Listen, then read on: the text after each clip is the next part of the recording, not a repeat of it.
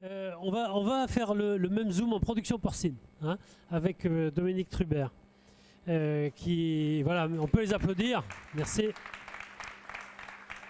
Et donc éleveur de porc, employeur de main-d'œuvre, et en même temps, vous êtes aussi président du service de remplacement, c'est ça? Oui. Oui. C'est Donc, ça. allez, donc comment ça se présente déjà dans votre exploitation, hein? Alors, je vais d'abord parler des services de remplacement et je parle Bon, des... ok, D'accord. allez. Puisqu'il y a un diapo de prévu. Donc, service de remplacement, c'est bien, vous êtes dans un département d'élevage et donc l'élevage, ça a besoin d'une présence humaine tous les jours. Donc, c'est vraiment l'importance d'avoir un réseau.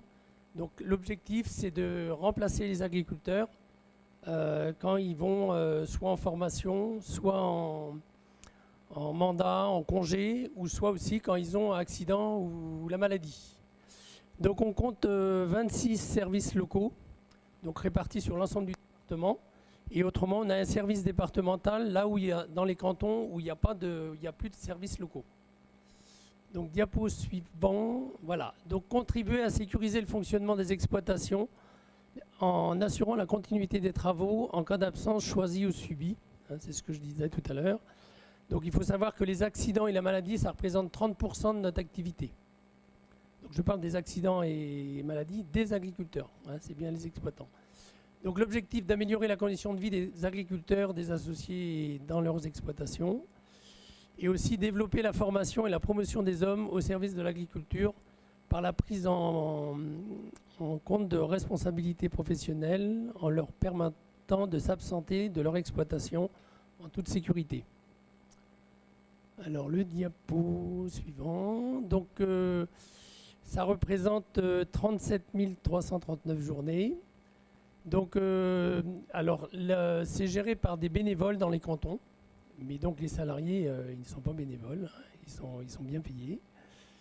Donc ça représente, donc on a 3908 adhérents et donc 529 salariés, dont donc ça fait 162 équivalents temps plein. Ça veut dire qu'on a des étudiants qui viennent travailler les étés, des gens qui cherchent, qui sont en complément de main-d'œuvre, qui ont des petits emplois et qui, pour compléter leurs revenus. Donc voilà, donc une belle PME. Alors nos valeurs, gestion administrative par des agriculteurs engagés. Les services de remplacement sont dirigés par des agriculteurs bénévoles, donc c'est-à-dire qu'il y a un président, un trésorier, comme les associations que vous avez dans vos communes. Par contre, il y a un planificateur pour gérer l'organisation des absences pour les agriculteurs. Mission reconnue d'utilité sociale, donc un service ouvert à tous les agriculteurs du territoire, c'est-à-dire que tous les agriculteurs, quelle que soit leur production, peuvent adhérer au service de remplacement. Fonctionnement en réseau, un service de proximité aux adhérents, donc on est adhérent au service national de France, SR France. Donc il faut savoir que l'Ille-et-Vilaine, c'est le premier département en termes de volume d'activité pour le remplacement. Et donc voilà, un service de proximité. Donc on est bien par des cantons. Donc, les cantons sont en train de se redécouper là en ce moment, donc ça nous dérange un peu, mais bon, va falloir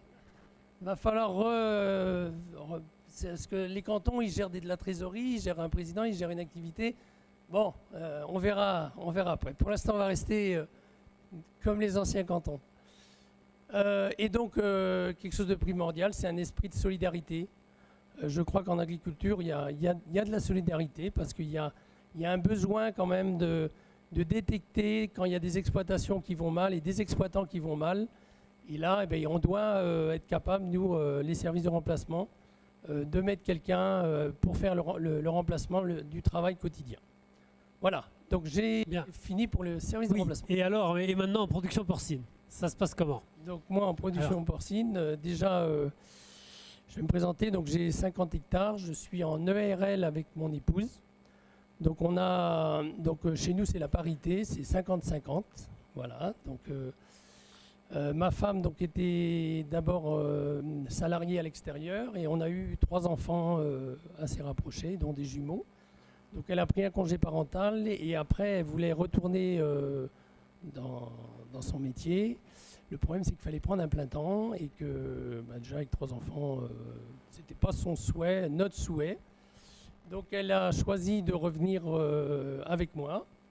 Et donc il fallait déjà qu'elle fasse une formation agricole. Donc elle a fait d'abord une formation agricole. Et ensuite, on a monté un projet de diversification.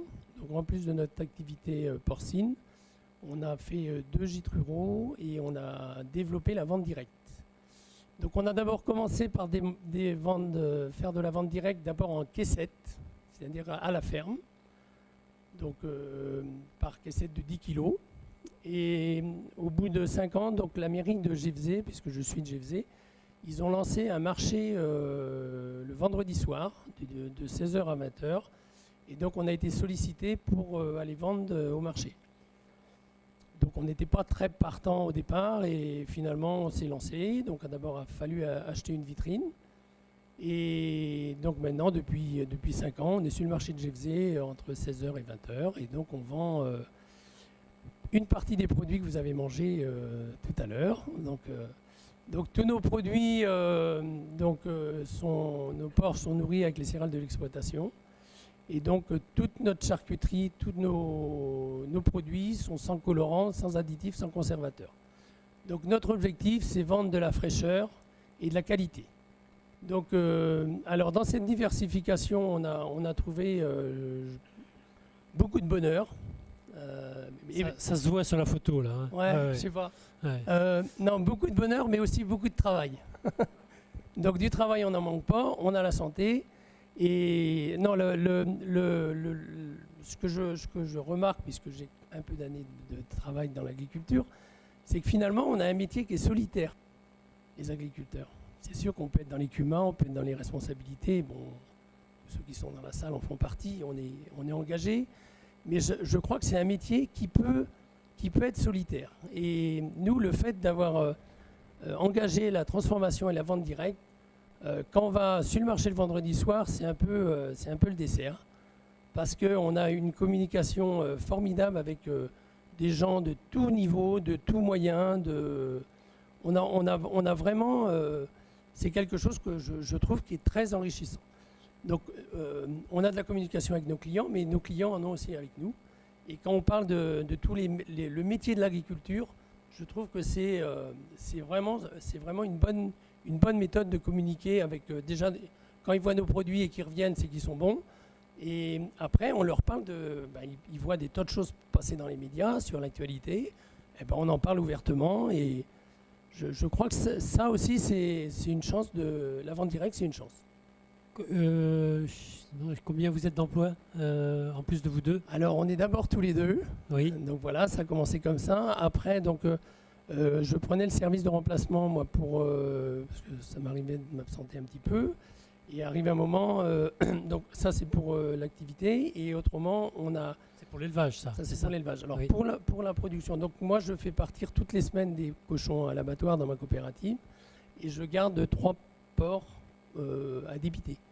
Donc je vais les chercher à l'abattoir le lundi et donc j'ai un boucher qui est en complément de main-d'œuvre, donc c'est-à-dire qu'il a un emploi dans une boucherie et il vient faire des heures supplémentaires donc le mardi et le jeudi, mais en partiel, c'est-à-dire qu'il a son travail et après voilà. Et autrement c'est beaucoup ma femme et moi qui faisons donc toutes les charcuteries le mercredi matin, donc pas de réunion le mercredi matin. Donc tout ce qui est pâté à l'ail, rillettes, voilà, pâté de saucisse, la saucisse, voilà. Et donc le jeudi, autrement, c'est ma femme qui reçoit les clients le soir à la ferme, entre 18h et 20h. Donc on fait caissette plus vente directe au détail. Et le vendredi, on va en couple tous les deux au marché à Gévesey. Donc on a du temps partiel. Donc après, si on veut encore arriver à la retraite en forme avec toute notre physique et toute notre tête, donc on a décidé de prendre de la main-d'œuvre supplémentaire. Et donc à l'initiative des services de remplacement avec l'AEF, les jeunes agriculteurs et les FDSEA, on a créé Alternative 35. Donc c'est un groupement d'employeurs dont Valérie parlait tout à l'heure. Donc il y a 13 équipes. Et donc j'ai pris un salarié avec 3 agriculteurs. Et donc mon salarié vient le mercredi et le jeudi. Sur quel profil? C'était un ancien stagiaire que j'avais eu. Donc il a fait bac pro et il en avait marre de l'école. Il a dit moi j'en ai marre de l'école. Bon, il a eu son bac et après il dit moi je veux travailler. Et donc moi je l'avais repéré. Donc j'ai dit tiens ce serait bien. Et finalement ça s'est très bien passé. Et donc il vient le mercredi et le jeudi. Ça nous soulage beaucoup. Donc, il fait quoi là Il est polyvalent. Alors il fait pas du tout dans la charcuterie. Non, ça c'est pour nous. Non, mais il fait l'alimentation, le nettoyage, conduite du tracteur et entretien, parce qu'en élevage porc, il y a beaucoup d'entretien dans les porcheries. Voilà, et donc ça nous a permis de souffler un peu. Bon, c'est vrai qu'en même temps, c'est une charge. Hein. Faut pas, on n'avait pas de salarié et on passe à un salarié. Il faut en même temps dégager du revenu. C'est-à-dire qu'un salarié, c'est quand même une charge. Et s'il y a beaucoup d'exploitants agricoles qui ne prennent pas de salariés, parce qu'il n'y a pas de revenus. Ça, il faut en parler quand même. Et que en agriculture, il y a beaucoup de travail. Alors tous les travaux ne sont pas valorisants et rémunérateurs. Ça, faut pas avoir peur de le dire. Et que, alors après, soit on fait des choix et on fait que ce qui est rentable et on laisse plein de choses à côté qui c'est pas forcément la bonne chose.